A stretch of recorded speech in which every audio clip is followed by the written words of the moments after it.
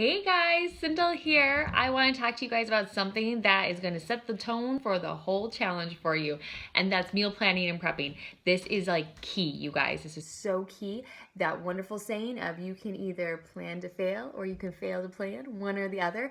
I want you guys to plan. You're going to plan to succeed, okay? Because planning is so important and it's also so easy not to do.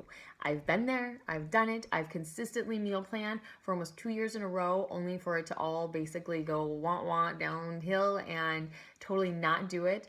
And it is hard to get back into it sometimes, but once you do, you're like, why did I ever quit? Like, it's so silly. So I want you guys to get to the point that you're really comfortable with it. And I wanted to share some of my tips on what I do for meal planning, prepping, and just getting my meal plan all put together. And I hope this helps you guys. I hope it makes it a little bit easier.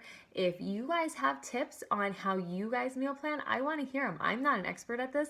I'm just sharing what I do to make it a little easier on myself in hopes that it helps you out a little bit. So the first thing I like to do is I like to prep for the prep. So what I mean by that is I like to look ahead at the week and I like to say, okay, it's going to be warm this day. I'm going to probably want this type of food, or it's going to be cold this day. I want this type of food. Maybe I'm going to be gone. Maybe I'm working a shift at the hospital. Look ahead at what your week is going to look like. Do you have a girls' night out that you're going to be gone, or you have a date night, or you're going to be eating lunch with your kid at school that day, or whatever it is.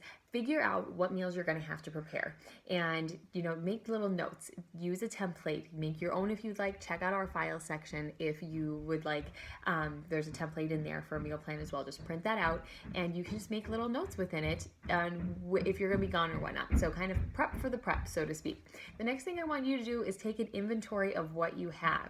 Now, while you're taking this inventory of what you have, if this is your first time and you have not gone through your pantry and there are temptations in there galore, I want you to take a tote and get all of it cleaned out. Don't go, oh, I'm going to save this because the kids really like these cookies when you know you can't resist the cookies. Get rid of the cookies. Get them out of your house. It's okay if there's some kids that are upset with you.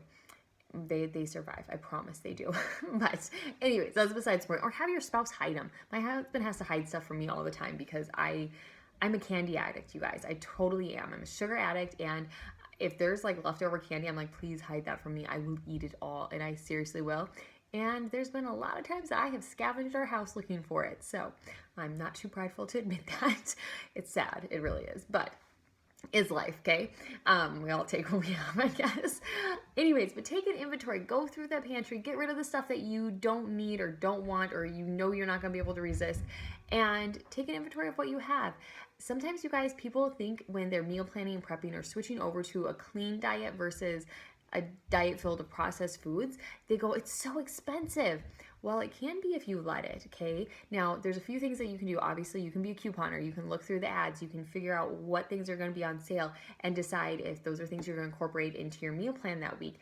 But you can also look at your inventory of what you have. Look through your freezer. What do you have in your freezer? Are there meats in there that you should probably thaw out? Do you have frozen peas in there? Different things like that.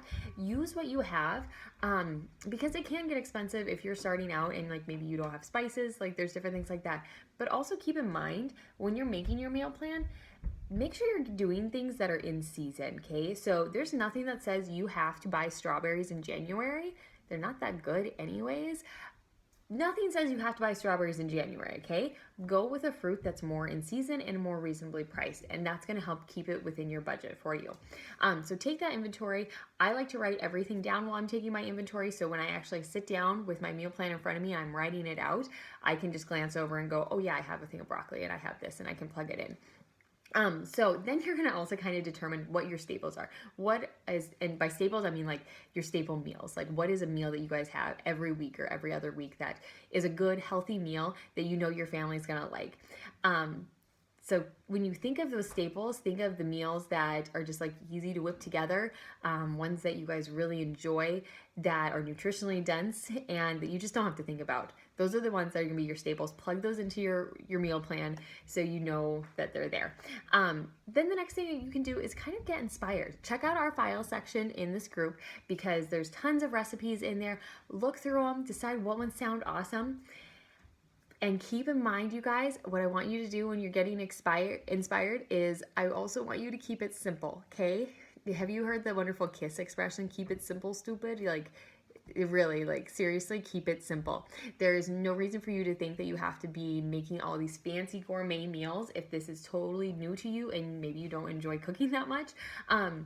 Keep it simple and look through these meals and decide, okay, this is something I can incorporate, and only pick 1 or 2 new recipes. You do not have to try 5 new recipes the first week. Try 1 or 2 new recipes that you're like, hey, I want to try these new ones.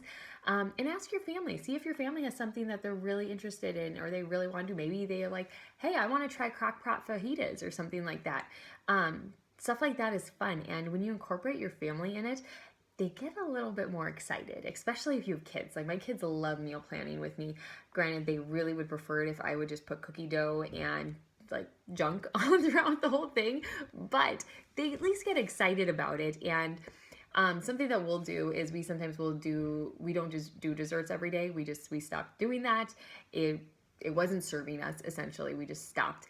And my husband wasn't exactly thrilled about it, and neither were my kids. But I'm like, you guys, we don't need this stuff every day.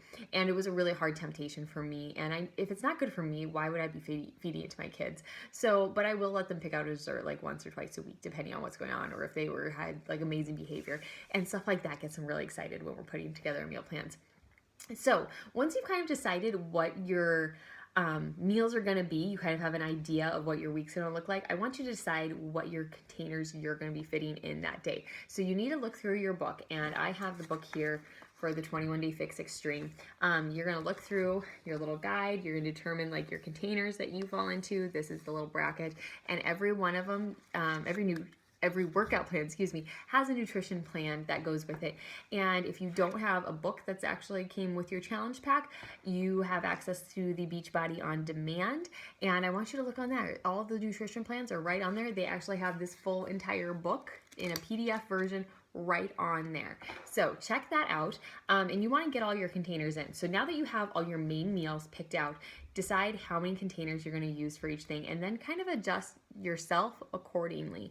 So for example, if I was like saying Monday night, I'm going to eat tacos, and I know I'll be eating 2 greens, a red, having a blue and an orange in my taco, because I'll do a taco salad, or maybe I'll want to do a wrap that night. Maybe I'll throw a yellow container in there too. Decide how many containers are going to be in each meal. Now, I always look at the suppers first, and when I'm doing this, guys, I also try to make sure I'm eating kind of the same things that my family is eating, because I don't like to make more than 1 meal. So I will adjust. So if they're doing tacos with their wraps, I'll probably have a taco salad. Like, it's just kind of sub a few things in and out. So I like to look at the supper portion first. I figure out how many of those containers I have, and then I look at my lunch, decide which containers I have, and then also my breakfast. And my breakfast is typically the same thing. I have Shakeology. I maybe will do a light mid-morning lunch or mid-morning breakfast or whatever, depending on what's going on. I am breastfeeding currently, so that sometimes makes a little bit of a difference.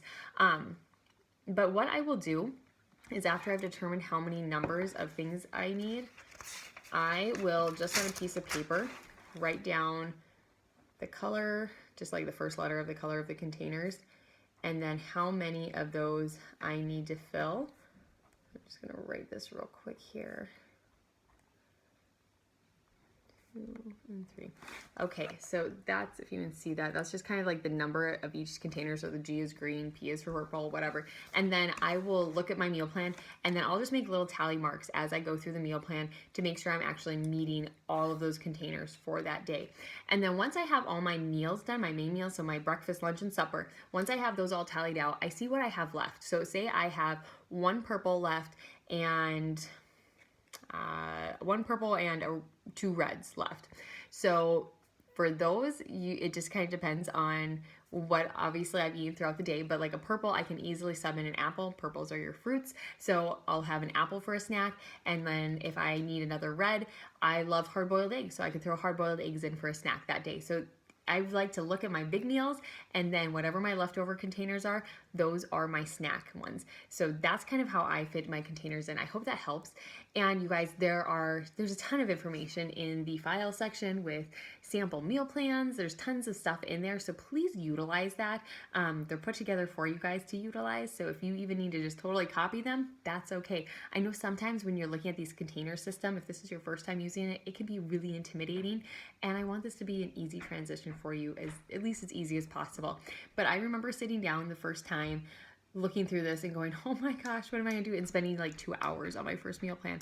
I don't want you guys to do that, okay? So utilize that file section and put together your things from there. So the next thing you want to do after you've determined, like, here's my meal plan, I can get all my containers in, this all looks good. The next thing you need to do is grocery shop, okay? You need to actually go to the store and grocery shop and have your list in front of you and only get what's on the list. Now, a tip while you're grocery shopping, almost all grocery stores are set up this way. I want you to avoid all the middle aisles. I want you to shop the perimeter, okay? Because usually the perimeter consists of your produce and your meats and some dairies, your eggs, like that type of stuff. Those are all typically around the perimeter. So that's the area you want to shop. Stay out of those middle aisles unless you need some spices or something like that. Stay away from them because usually the things on the shelves, you guys, they're the processed junk and they're the things that come in the packages. And if it comes in a package, it's probably not clean food and it's probably not on the approved foods list. So keep that in mind. But those are the biggest things I would say as far as meal planning and prep go. As far as any other tips I can give you, keep your meal plans for future use because you guys could during this challenge, for every week you can just start rotating those each week, and then you can sub in new things as you go along. But it'll make it easier for yourself in the long run if you have these meal plans to look back at. So there's my tips. If you guys have tips, please comment below. We would love to see them. I would love to learn from you guys because, like I said, I'm not an expert at this, but I definitely try. So I hope this video helps you guys a little bit.